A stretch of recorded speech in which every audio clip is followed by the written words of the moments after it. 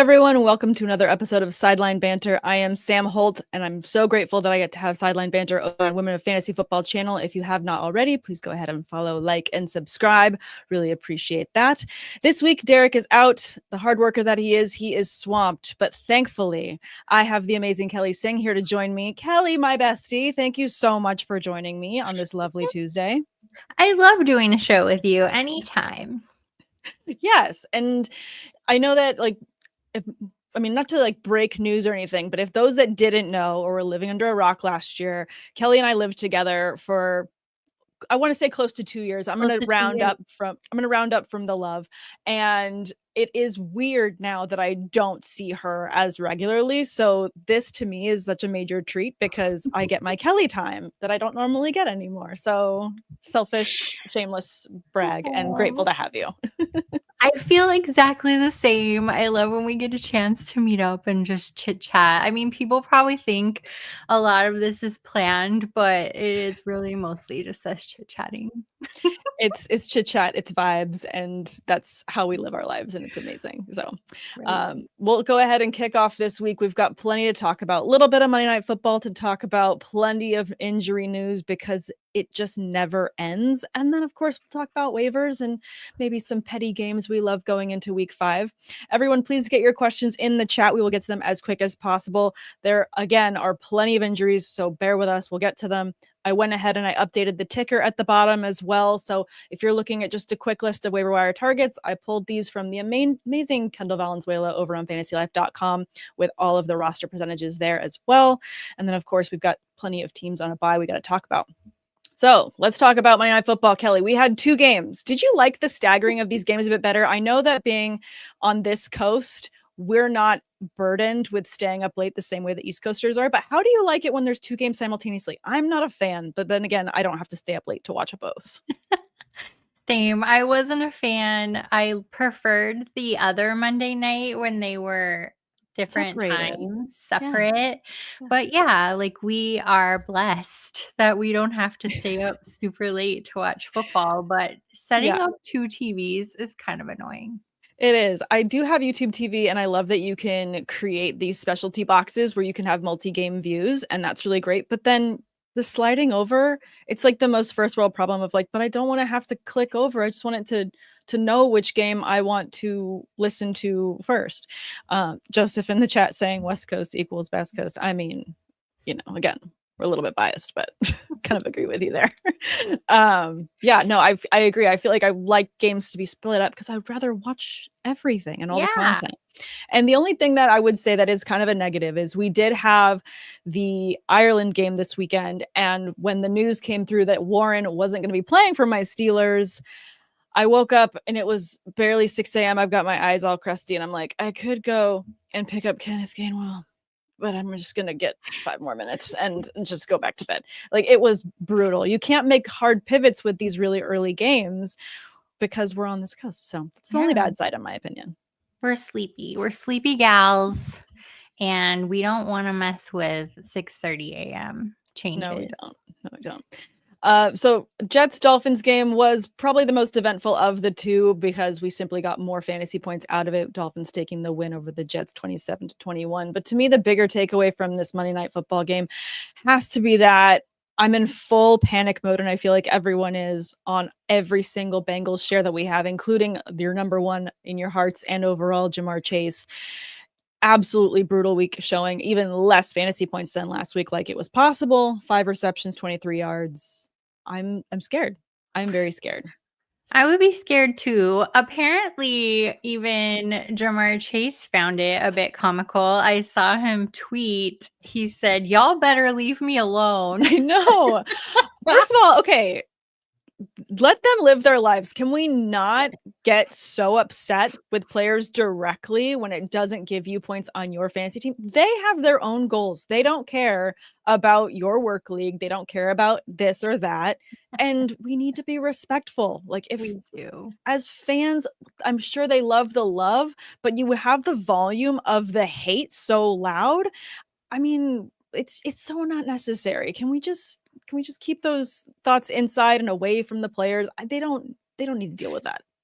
They don't, and I mean, like you said, it's the last thing on their mind, but as soon as they open up their social media, they're flooded with, all of the madness and hate, Yes, but at it's least he's brutal. taken in stride, but it is very interesting, the choices of targets that happened in that game Yeah.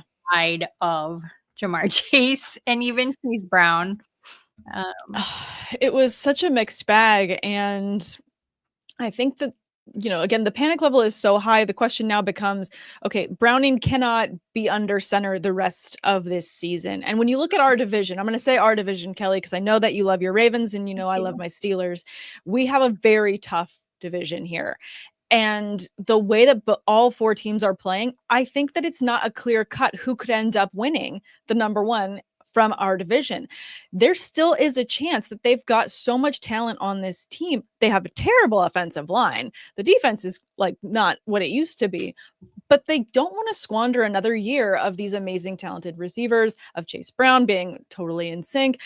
I just think that they need to make a trade and grab someone. And maybe it's just from back in the days when we had fantasy value and he's so much fun on the sidelines. I want Jameis Winston to come to the Bengals immediately. I need him to be peppering all of these players with targets ASAP, and I need it to happen like this weekend. If they don't, there's just zero chance of any postseason play for them. Zero. Absolutely. And I mean, that's also it's such a hard situation because obviously you're going to get Burrow back, but how soon are they going to get him back? This schedule that they had ahead of them is one of the toughest, I think, in the league in terms of the defenses that they're going to be playing against. So they're going to be constantly playing from behind. But again, I just don't see it's too early for them to hang it up. It's normal for us as fantasy managers to be like, all right, sell the farm. I'm getting away from this. But this is the NFL. This is big money. This is a huge market. Again, this is a division that is winnable. This is an Yeah. absolutely winnable division for them. It's a And they just winnable need a division quarterback, for anyone. I think it's anyone's game at this point. which is never normally the case. There's always a clear front runner, but I mean, when was he slated to come back? December? I think it's December, late November at the latest. This one Yeah. from Joseph in the chat, as we're on the subject, says the fact that the Bengals didn't leave Jake Browning in Denver and trade for Winston as soon as the final whistle blew. Yeah, this kind of felt like it could have happened on the flight. Even we can just split up flights. It's totally fine. Oh, we're over full on this flight. It's okay if you stay here and we'll just split up. It's fine. I don't know. I mean, again, you're probably not going to get rid of Browning right away, but just make the call, make a trade. Who else would you rather see under center? I feel like this is, of course, a point in the season where there's plenty of teams that are looking to make changes across the board, but quarterback being a top one with few candidates. Who else do you think? Because I mean, to me, I'm looking for volume, which is why I want Jameis.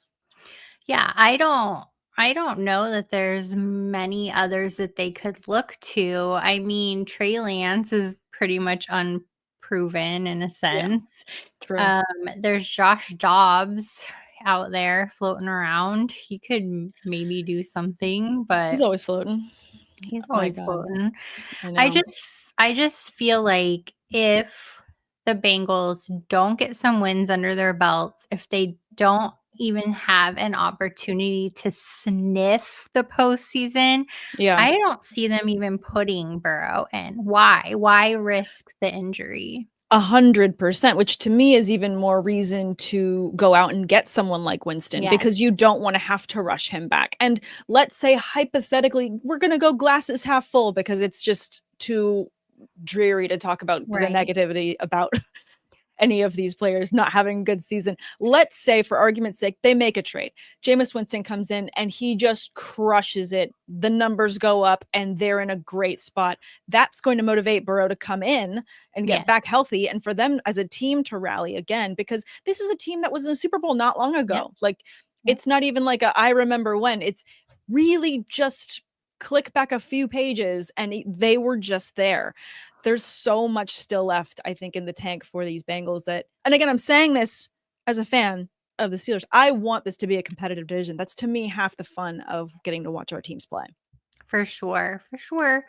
I mean, I don't know what else to say about that. We've kind of just beat a dead horse, but I it's know. so shocking. It's It so is. surprising, and they're not the only team that it's shocking and surprising what's No, I going know. on. I feel like that's kind of going to be the end of this episode, is just like the panic or patience. I have no patience left. It's like I'm just in full panic. And probably the reason why I'm going to beat a dead horse with this subject is because I have so much Jamar Chase this season. I have a lot. You're not alone. Yeah. We have each other. We have each other. All right. Well, leaving Monday Night Football aside, we've got plenty to talk about when it comes to injuries. And I know that there's already been plenty in the chat of replacements for different players. So let's tackle some of those. Leaving off with Monday Night Football, Tyreek Hill leaves with a dislocated knee and apparently multiple torn ligaments. That was one where I thought we all agreed we weren't going to keep replaying the injury if it was brutal. Right. And it was everywhere. It was everywhere. Can we talk about why did he put his hands up and be like, yes? That was a little bit.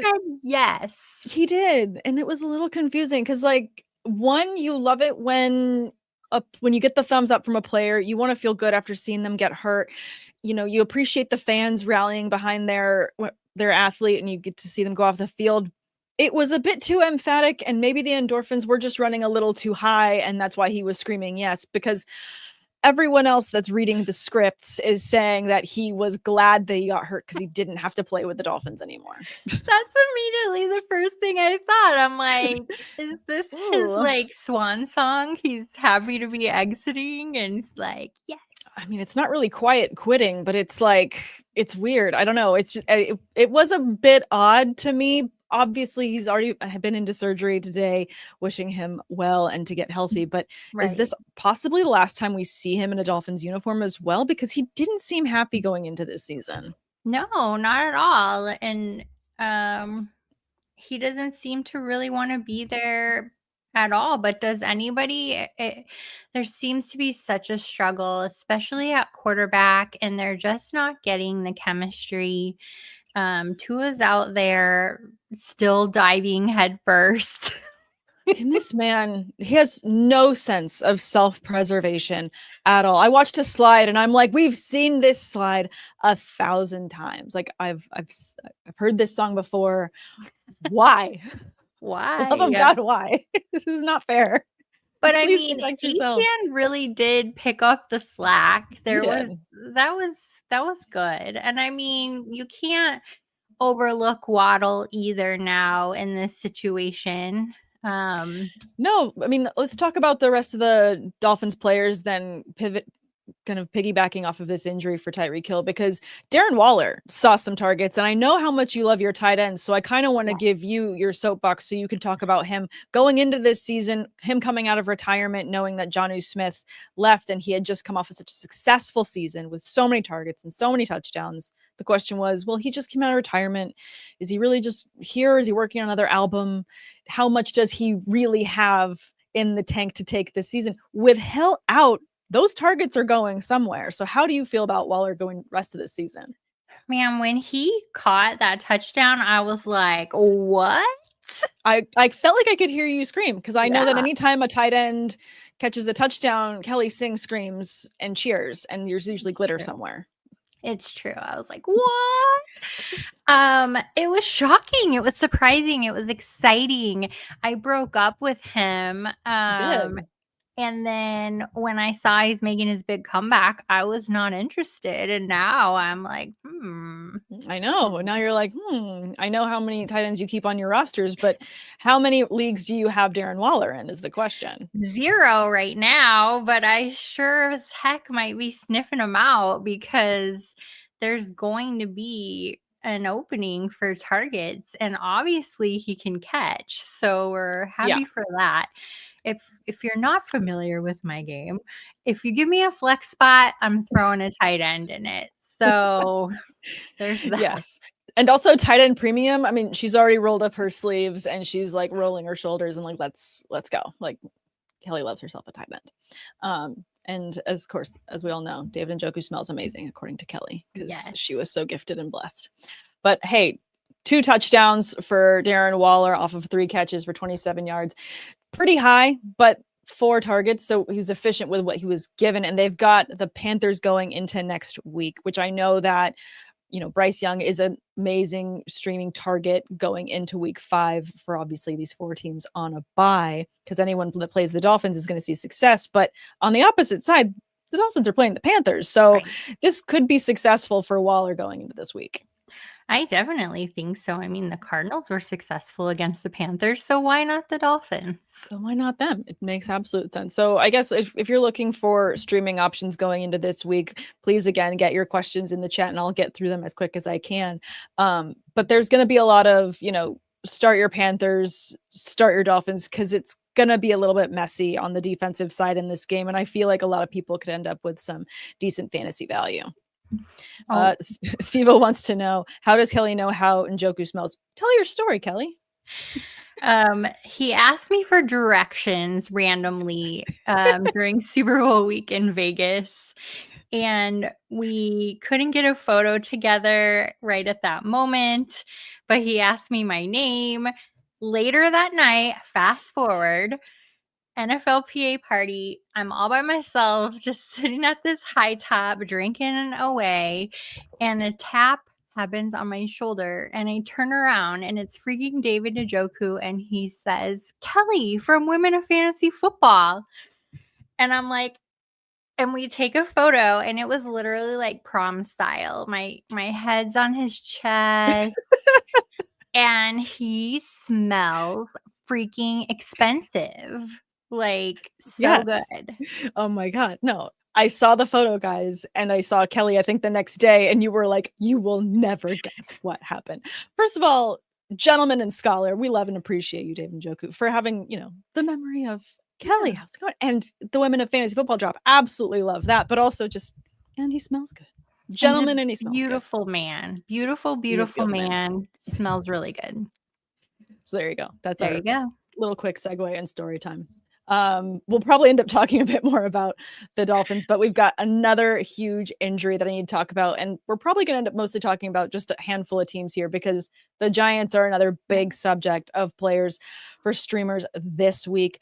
Malik Neighbors out with a knee injury. MetLife Stadium claims another player's lower limb, to the point that OBJ even took to social media to call out the league and say, get rid of the turf. This is now, it's not funny anymore.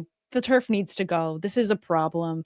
I know that you and I've gotten the chance to go to Media Week a couple times now, and whenever we've gone to the NFLPA conference, top question that gets asked is, what is the NFLPA doing and working with the league to handle the turf situation? Because it is just so bad. Yeah.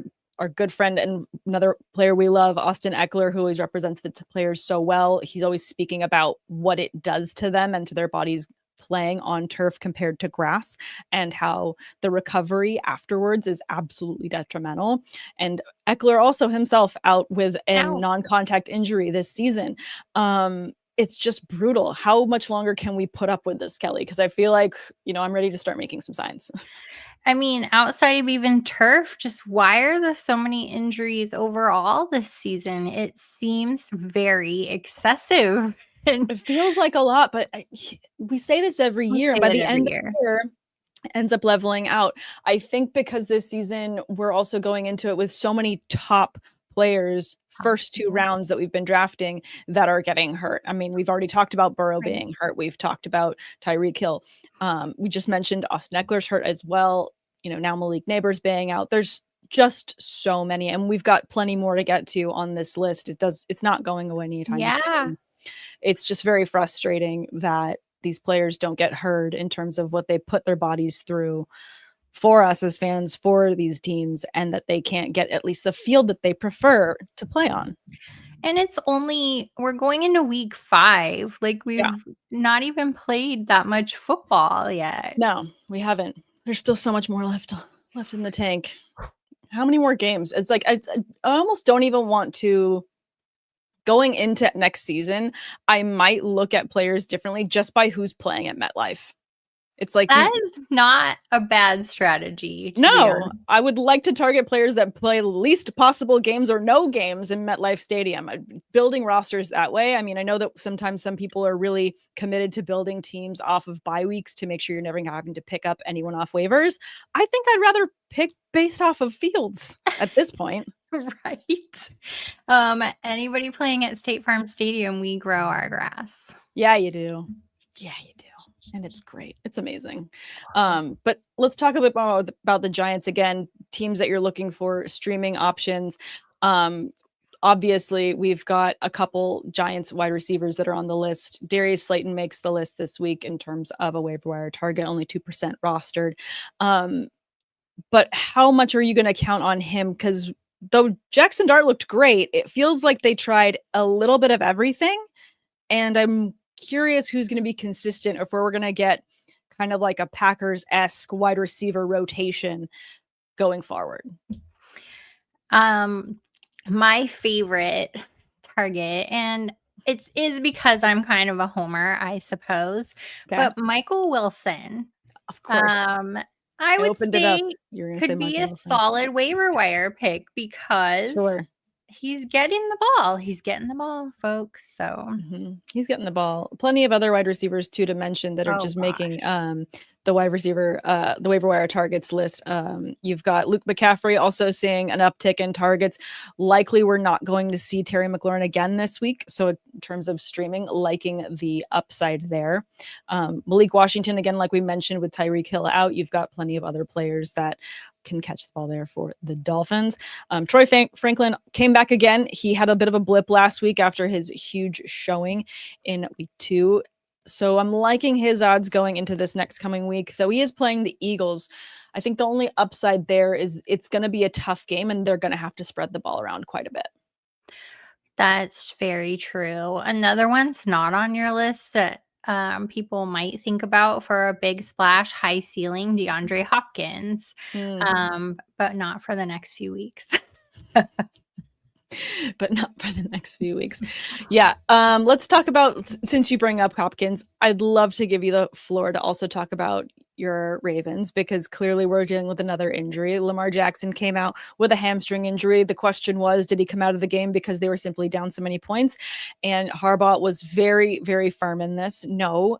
Had he not been hurt, he absolutely would have been in the game. But being that it is Lamar Jackson and how mobile he is, they're going to protect their investment and their quarterback. And as smartly as they always do, I appreciate that the Ravens always do that. But slated to miss week 5, not sure how many more weeks, because I believe you guys have a bye week in week 7. So I feel like the Ravens tend to be conservative with Lamar. So I wouldn't be shocked if we didn't see him again till week 8.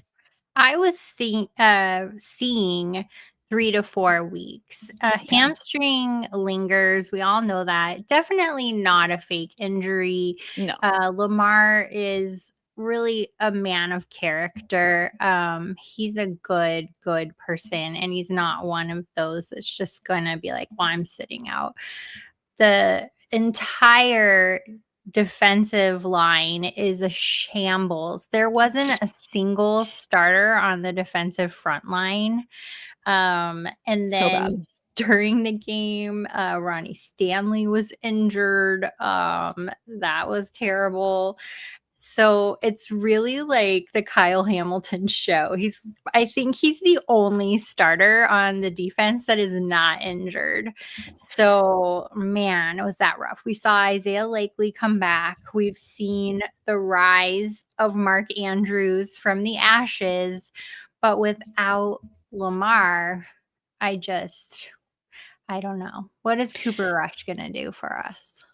Literally, though. And I mean, I know how much I just banged the drum for the Bengals to go and grab Jameis Winston to help out their season. You look at the quarterback rooms in terms of who's available between the Bengals and the Ravens. Ravens are scant at the position, to say the least. Outside of Cooper Rush, you got nada, at least. Nothing showing up here on ESPN. No. And then you've got, AJ McCarron and Brett Rippon for the Bengals behind Browning. So another team that's ripe for going to make a pickup if this does seem bad in terms of what he expects and how he looks going in week after week, because you also don't want to go into a game with only Cooper Rush available to you, because, Lamar's going to be in street clothes or to the side in a tracksuit, probably dressed very well, if I'm going to be honest, because he's always dressed extremely well when he's not in his jersey. But he's not going to be ready and available going into this coming week. So who are you going to have as a backup? Because looking again at this matchup that you have coming up, they've got Houston. So can be a tough defense. They haven't looked amazing, but they're having some bright spots on defense. Not really sure they feel good about having nobody else as their backup. I feel very awful about it.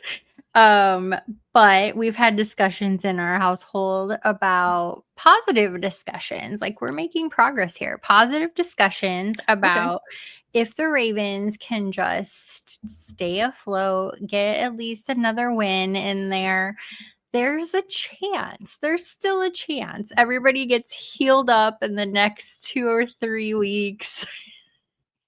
And they go for it. I think they're in a much better spot than the Bengals, actually, as dire as it sounds. Well, they've got plenty of other available players that, Derrick Henry, just needs to be helped facilitated so that he can be effective. And you've got a lot of other, weapons there available too. I just think that what's really divisive between the two teams, and why it's easy to say that the Ravens still have a chance even with Cooper Rush compared to Jake Browning, is that offensive line for the Bengals is atrocious. It might as well just be me duplicated standing there being like, no, please don't. Like, I'm sorry, all 5'5" of me is not stopping anybody. And that's what it looks like to me. Yeah, they're in bad shape. That's why it's anybody's division. And if we want to talk about Pittsburgh, they're probably in the best shape of everybody, but they've also had a pretty easy schedule if we look at the first few weeks. To be fair, last year we had the worst schedule, so I'm happy that we have a slightly decent schedule this season, because last year was brutal. It was easily the hardest one to go into the rest of the season. And yes, we have a bye this week. One of the teams on a bye are the Pittsburgh Steelers. And Jaylen Warren was close to playing. It sounded like it was a very last minute thing to have him miss this game. So a lot of people going out and targeting Kenneth Gainwell in a week where they're on a bye. It's more, to me, you're picking him up if you have the bench space available and you are just that adept at running back where you need somebody else to feel good about having a backup, because clearly he's very capable. And even more importantly, they have zero trust in Caleb Johnson right now. So if Warren's not getting the ball, Kenneth Gainwell is getting the ball. So in terms of looking at volume, that's at least something to kind of hang your hat on, which is kind of weird to say at this point in the season for the Steelers. These teams are just decimated. Absolutely decimated. Let's try and find another bright spot for people, though, because clearly there's still so many injuries. Just quickly, Cedric Tillman for the Browns, hamstring, dealing with that. Ricky Pearsall for the Niners, another wide receiver dealing with a knee issue. Likely going to have to keep an eye on him, too, because it's a short week for the Niners and the Rams. And keep an eye on every single Niner, because it feels like one of them's going to sneeze wrong in a practice and someone else is going to miss the field. So definitely keep an eye on your Niners in terms of who you're looking to stream, because that is questionable. It's been 0 days since we've had an injury. I literally just want to use the gif from The Office of Daryl just like going up and then erasing it, writing 0 and staring at the camera. Like, can we not? This is ridiculous. We have 0 days without incident. Let's talk about more waiver wire targets, though. Woody Marks having an amazing matchup or game this past weekend for the Texans. He absolutely showed up and showed out. 17 carries, 69 yards, and 2 touchdowns, 1 passing, 1 receiving. And the joke is just right there. But Woody Marks getting 69 rushing yards is pretty awesome. I kind of want more of this the rest of the season. Just give me more fun numbers. Come on, Woody. I know you got it in there for us. Is he someone that you're targeting in any leagues, or is he even available in any of yours? Because I feel like half of my leagues are so deep, the waiver wire might as well have dust on it. Like, there's nothing there. Sam, I have not even looked at Woody Marks. Done your homework? I 30% rostered, according to Kendall. I didn't even hear that name until the game, and I'm like, who, what, where, I know. what? Yeah.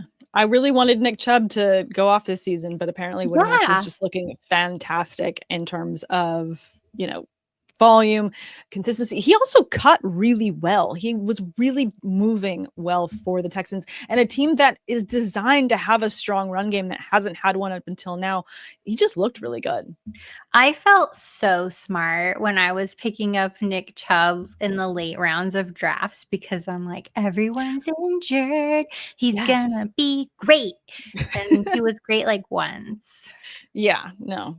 Joe Mixon feels like a very distant thought right now, just with how well Nick Chubb has looked, but then even more so this past weekend with Woody Marks absolutely showing up. But again, 30% rostered in most leagues, so go and check if he is available to you. I did see a question about him in the chat. Let me scroll up to see if I can find it. I wanted to make sure I didn't miss this one. Someone's thinking of dropping Josh Downs for Woody Marks. Yes, that one. Wait, I can't click on it. It's like 3 from the bottom. Oh. This is going to be great for recording later. I can't find it. But anyways, if you're thinking about dropping Downs for Woody Marks, I absolutely would. I think that when it comes to players that become available in the waiver wire like this and they have amazing games, it's really hard to not immediately go and grab them for their usage. How would you rank the two? I mean, for me, I think it's a clear and present. You have to grab Woody Marks because this team, again, is designed to run the ball efficiently. And now you're seeing this. And the way that the coaches are talking about him as well, they're jacked to have him absolutely show up the way that he did. For sure. I haven't really been a Josh Downs fan anyway. It would be... I mean, even like I said with Michael Wilson, like super low desperation fill-in. Josh Downs for me feels the same. Like, do I have to? Mm-hmm. So I'm in favor of dropping. I don't know why I dislike him so much. I just do. Well, when you talk about the offense for the Colts, obviously I've been pretty vocal about my love for Daniel Jones going into this season, which feels really wrong to say, but now he's not a Giant, so I feel better saying it. He looks fantastic and he's really been great at spreading the ball around, but Downs has not been as popular of a target compared to others. Tyler Warren, for example, has been phenomenal for the Colts. So to me, I'm looking for who's got the hot hand right now in terms of making my waiver wire picks and trying to consolidate my roster, which is why I'm not mad about someone found you, Marky, there. Drop Downs for Woody, absolutely. Andrea saying she already put in a claim for Woody on ESPN. Love that for you. I hope you grab him. We've got a couple other questions in the chat. Let's pivot to a couple of those before we continue to dissect this brutal injury situation and more waivers. This one from Marvin. Love this. Would you sit Chase and play Quentin Johnston, Kincaid, or Goddard this week? Let's talk about the wide receivers first. Would I start Quentin Johnston over Jamar Chase right now? It feels wrong to answer so quickly. Yes. I'm going to say it slowly so I'm not jumping the gun, but yeah. I have so much Jamar Chase going into this season. They're taking on the Lions, and they do have a fantastic defense. And the Lions are on a bit of a run right now where they're 3-1. Yeah. They're on a win streak right now. They want to look strong going up against the Chiefs the next week. They've got some really strong matchups again coming down the pipeline. I feel like they're going to want to put a stamp on the Bengals and make an impression. And that makes me really nervous for Jamar. Anytime there's a start-sit decision, my first thought is, who are they playing? Because if my person is playing, like Jamar Chase is playing the Lions, I don't see how I can play Jamar Chase. It's just if you have better options is the question, because if you don't have better options, you're starting Jamar Chase. You have to. You're at least moving him to flex. You're moving him, if you have a wide receiver 3, then it all depends on what you have available. But then when you compare, again, just apples to apples, and we're talking about Quentin Johnston for the Chargers, he's had I'm pulling up his targets right now. He had 8 targets against the Giants, and he's had the lowest targets that he's had for the season so far was against the Raiders, and even there he came away with a touchdown. So 5 or more target receptions in every other matchup since then. They've got the Washington Commanders next. I'm absolutely starting him because he's been so consistent for Justin Herbert. And for a team that we didn't think that this offense was going to throw the ball nearly as much as they have been. And they've been consistently throwing the ball a lot through all of these matchups so far. When you have a receiver that you trust, I think, there you go. That's what happens. So they like him. They're going to keep throwing him. He keeps performing. And you have the fill-in right there. I don't like Kincaid or Goddard in lieu of Chase, believe it or not. So, well, I think the question, if you want to just pick between the two, which would you rather start going into this week? Oh, I thought he was like asking. Okay, sorry, Marvin. I would pick Kincaid over Goddard. Kincaid over Goddard. Let's see. Sam always susses out the stats. I'm a gut feeling girly. Well, honestly, the Bills are taking on the Patriots, so I like that matchup just a little bit more. And then the Eagles have Denver. That's a bit tougher. I think that in terms of volume, I like the idea of, I could also see this being a big Devonta Smith game against Denver because of the coverage that AJ Brown's going to see. Could also be a really big Saquon game. So with the Eagles, I feel like they have such even amazing talent. It's really easy to just say, okay, it's these 2 guys this week and then these 2 guys. And then they can have weeks where they spread it around. But when you look at the Bills, I feel like in terms of their targets, Kincaid has been having a little bit more consistency this season, I think, than most of us anticipated. So I think between the two, I'm again, writing the hot hand, I would go with Kincaid between those. Let's see, one more for Marvin, and then we'll talk a little bit more about players that we're trying to target off these waivers this week. But Marvin wants to know, would you stack Pickens, Quentin Johnston, or Deebo Samuel? I have Metcalf on a bye. So this is really just Metcalf on a bye question. Let's pick 2 of this group. Deebo Samuel, also another player that is looking really fantastic. We love our veterans doing well. I think I would go Deebo in this scenario. We haven't seen enough of Pickens. They're not targeting him, I think, like we thought we would see. So if that's all you have, then yes. But if you have, I do, we just talked about Johnston, but Deebo Samuel, you're throwing him in the mix now. And with Austin Eckler out, we know what a utility player Deebo is. Yeah. I don't think you can lose with that. I mean, Kelly knows how I like to say pick both, and I hate making decisions. So to me, in terms of where they're ranking projected this week, it looks like both Pickens and Johnston are projected for higher points than Deebo this week. However, if you can flex Deebo, I would flex Deebo. So that's my way of trying to pick everyone and not having to make a decision. I just don't. I feel like they're not making good use of Pickens. I feel like, I think it's because Ferguson is having so much success as well. Pickens did look better this past game than he has, I think, the rest of this season. And Ferguson didn't see the ball hardly at all. So there's a issue there with splitting targets. It's going to end up evening out, I think, is what's going to happen. And they're going to be, again, at MetLife, they're going to be playing the Jets this coming week. Again, don't like that field. It makes me nervous. But in terms of writing the hot hand and players that have really good matchups, let's see. And then Deebo has the Chargers, which again is a tough matchup as well, because that defense has also been looking really good. So I guess to me, I'd play it safe and I would go Pickens and Johnston there. But still, part of me wants to try and flex Samuel into my lineup. This one from Jeffrey Drake. He has Etienne, Kamara, Hampton, Quentin Johnston, Jamar Chase, Drake London, Worthy, Godwin, Rashad White. Should I trade Etienne, Kamara, Quentin Johnston for Bijan, Spears, and David Njoku? Interesting.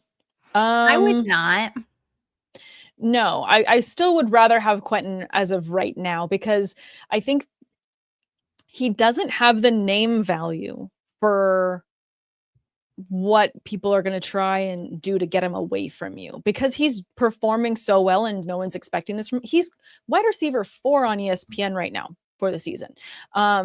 He's top 10, at least as for right now, going into the rest of the season in terms of usage and consistency. Yeah. That's what he's tracking for to finish the season as a top 10 wide receiver.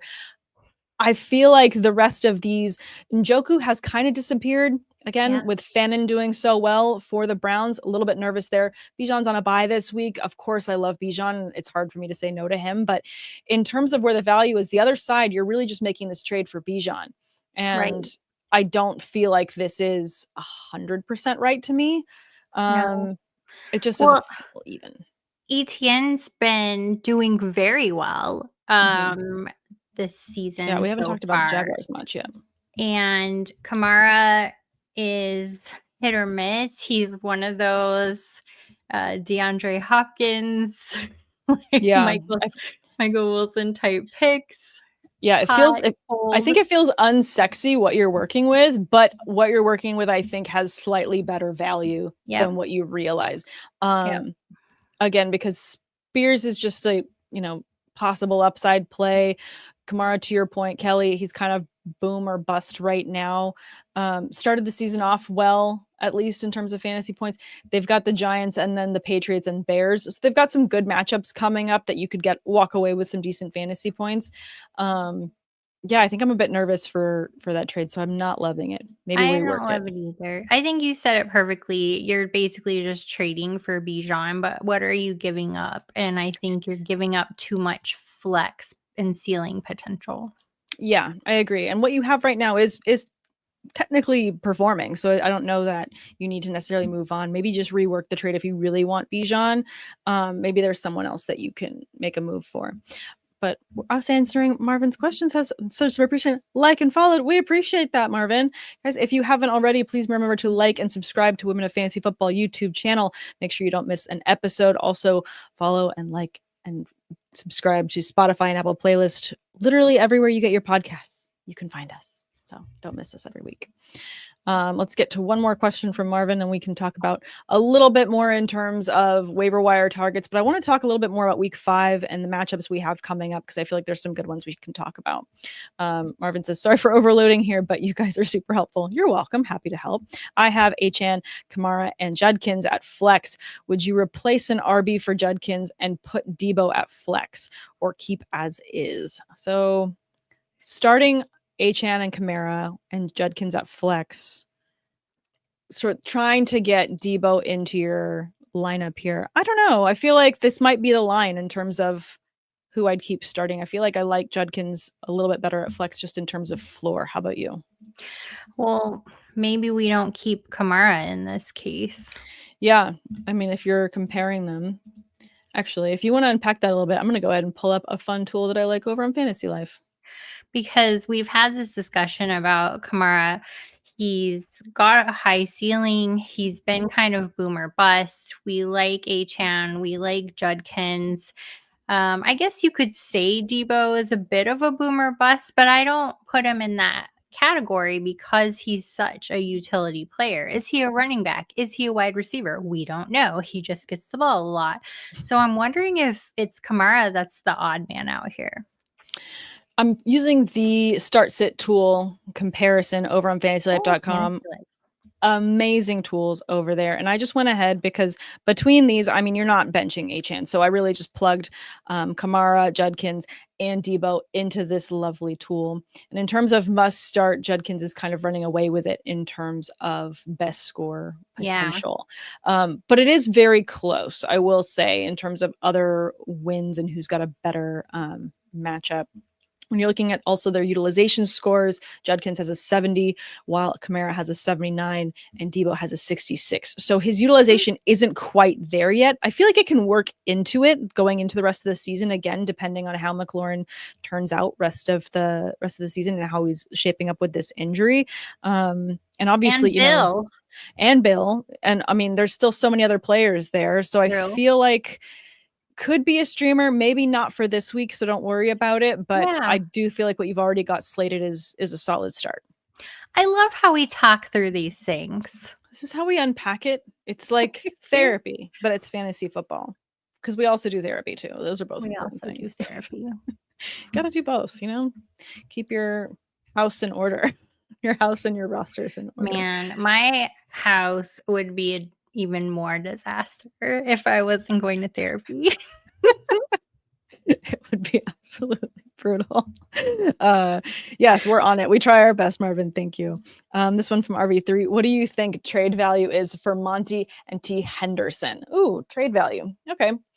I think it depends on what you're looking for and what you're missing. Yeah. Travion Henderson, obviously, is someone that, this week's episode is kind of highlighting a lot of rookies that are coming up in terms of player performance this week. We've already talked about Cam Scattaboo.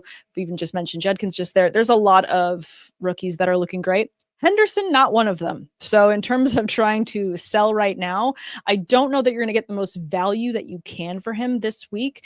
I kind of want to see if you can bank on some good usage with a better matchup. Who do they have? So again, Buffalo, this isn't going to be their week that you're going to want to sell him. You're not going to get the most for it. You got the Saints in week 6. Yeah, if it's dynasty, then maybe hold on. But you have the Saints in week 6. He could have a really big game then, and you could sell high then. So you've got the Saints in week 6, and then you've got the Titans in week 7. So you've got a stretch of games that could kind of up his stats a little bit if it'll just make you feel better moving on from this player. But that could be your window to trade, because I don't think that you're going to get the most value for him right now, because though he did get a touchdown this week against Carolina, again, this is a matchup, he's not going to look good going into this week where a lot of teams are streaming. And maybe you're trying to trade with someone that's got, Bijan on bye, and they're going to want someone that's going to get them points now. I don't know that Travion Henderson's going to do that for you.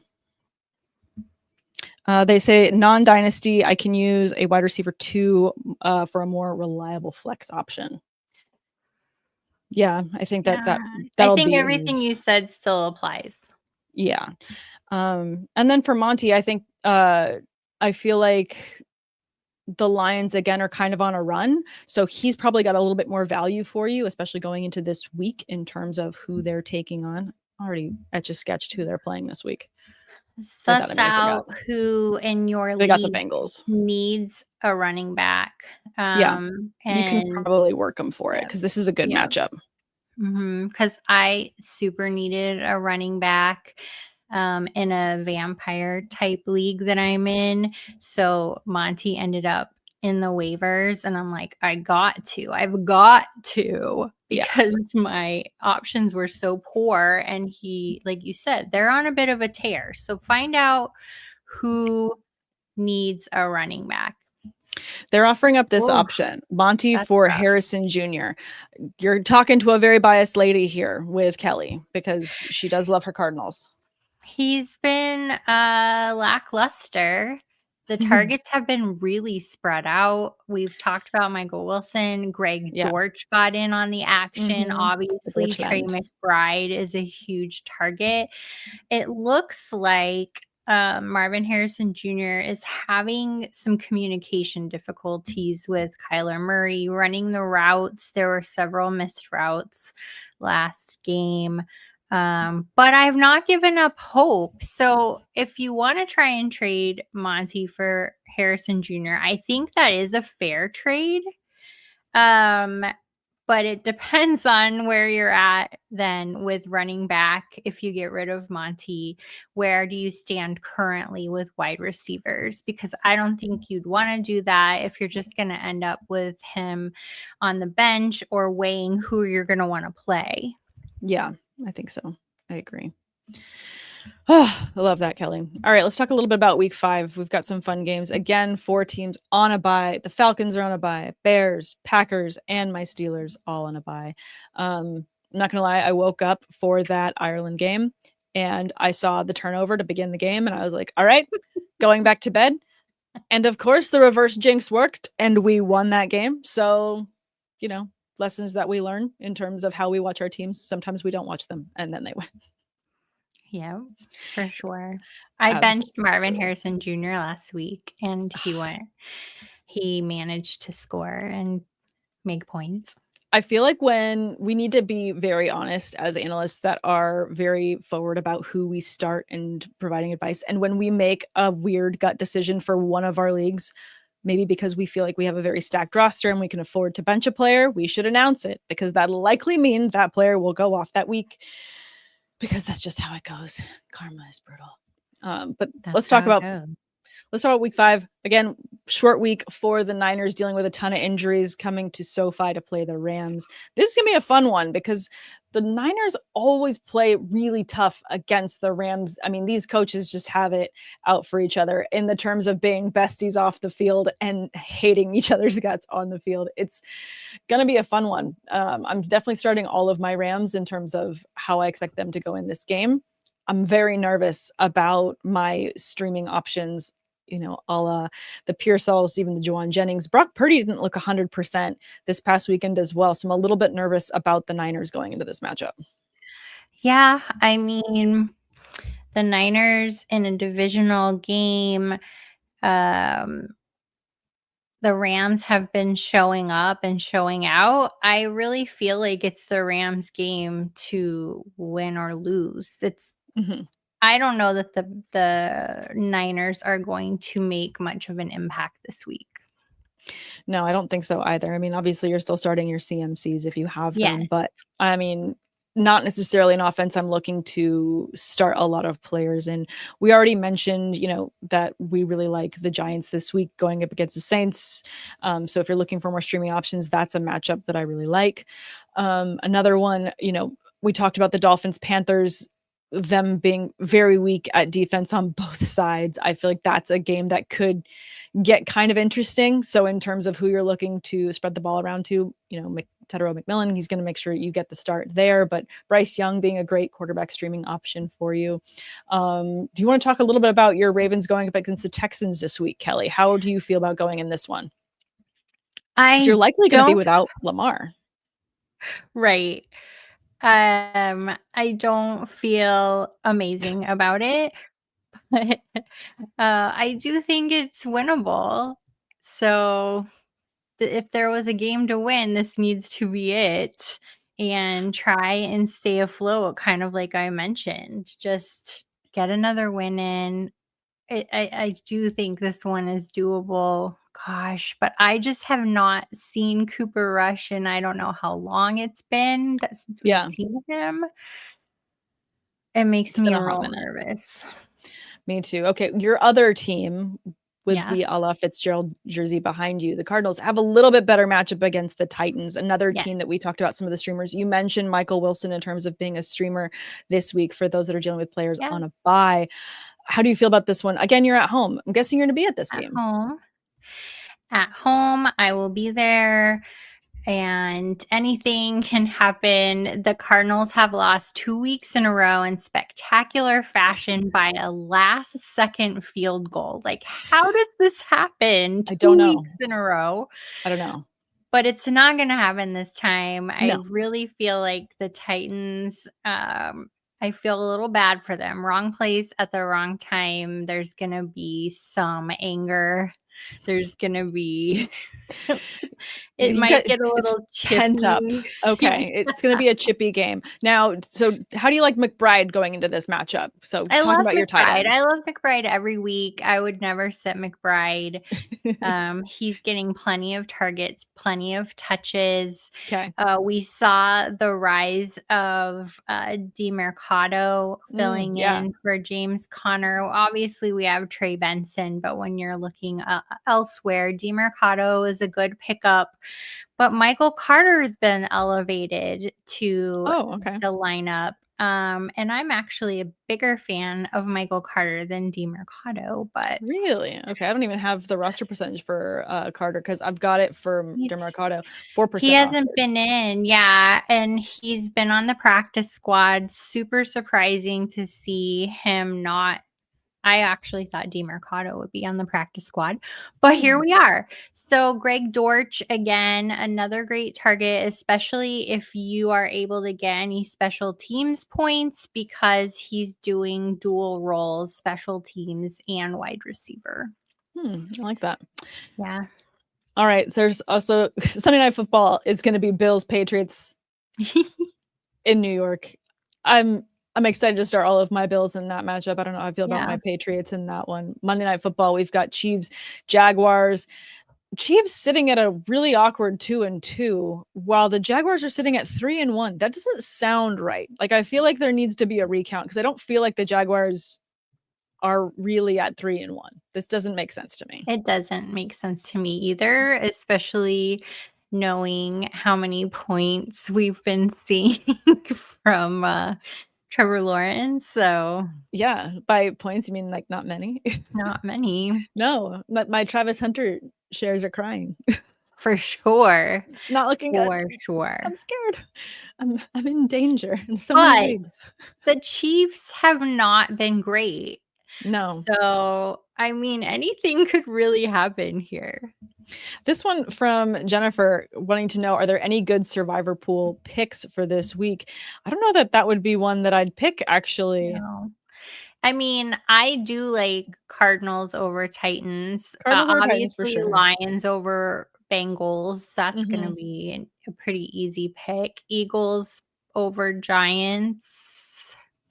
Maybe. Eagles over Giants. Yeah, I think I'd see that one.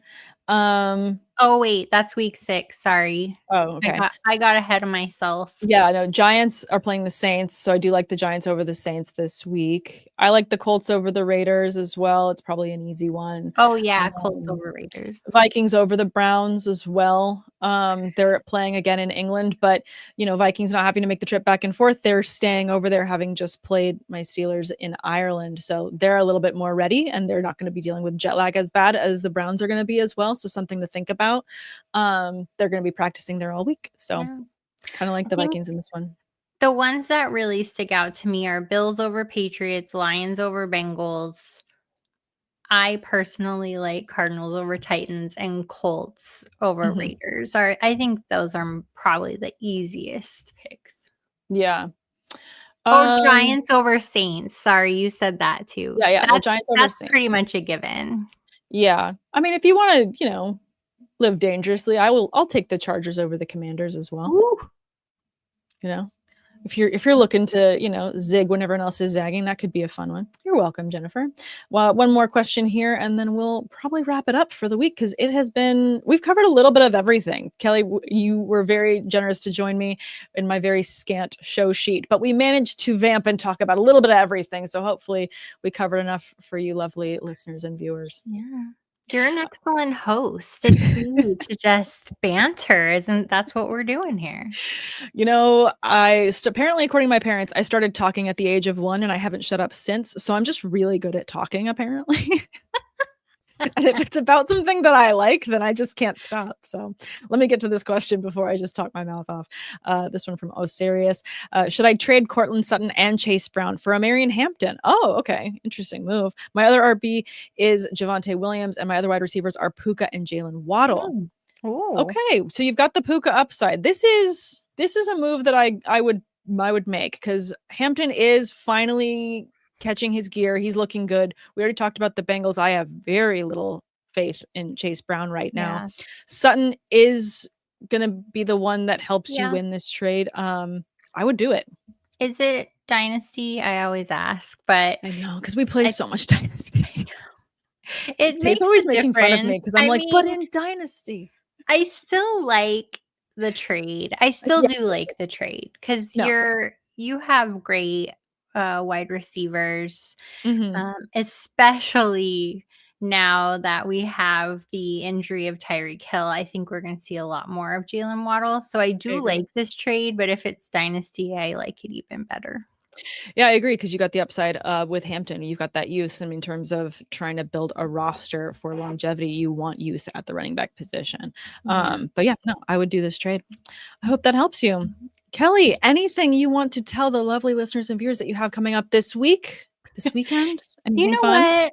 I got a new job and it's been me so busy, but if anybody follows me on Twitter, I've been looking for a job since November. I just finished week 4 at my new job and I'm happy being too busy with work to have produced much content in the last month. Hell yeah. Well, I'm very happy that you found a new job and, that it's keeping you busy in a fun and bright, lovely way. Otherwise, my brain would just be like atrophying, shrinking.